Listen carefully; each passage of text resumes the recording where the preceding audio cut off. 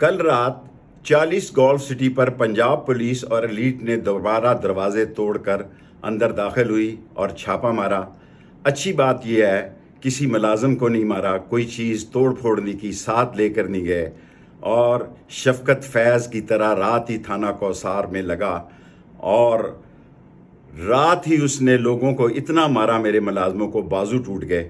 اور کل ان سے فرمائشی بیانات اس لیے لے گئے کہ گرنے سے ہمارے بازو ٹوٹ گئے اور چوٹیں لگی، کیونکہ طاہر عباس سپرا صاحب نے 9 تاریخ کو ان کو نوٹس دیا ہوا ہے۔ یہی حال اشفاق وڑیچ صاحب کا ہے، جنہوں نے ملازمین کو نہ صرف مارا بلکہ گاڑیاں، گھڑیاں اور نقدی بھی لے گئے۔ خدا کے ہاں دیر ہے اندھیر نہیں ہے، ہر روز اتوار نہیں ہے۔ میں سپریم کورٹ تک اگر یہ سمجھتے ہیں کہ یہ ویڈیو شیڈیو اور کیمرے لے گئے ہیں، گھبرائیں نہیں، سارا ریکارڈ موجود ہے۔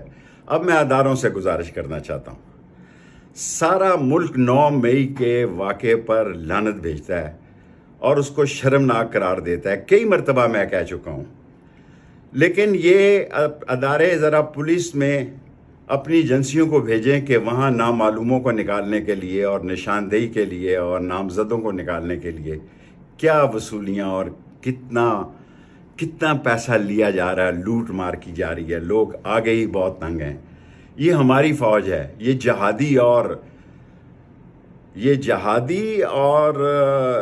جہادی فوج ہے اور یہ پاکستان کی فوج ہے۔ کوئی شخص پاکستان میں ان کے خلاف بری سوچ نہیں رکھتا، لیکن جو کچھ لوگوں کے ساتھ ہو رہا ہے، خدا کے لیے بے گناہ کو رہا کیا جائے، گناہ گاروں کو سزا دی جائے۔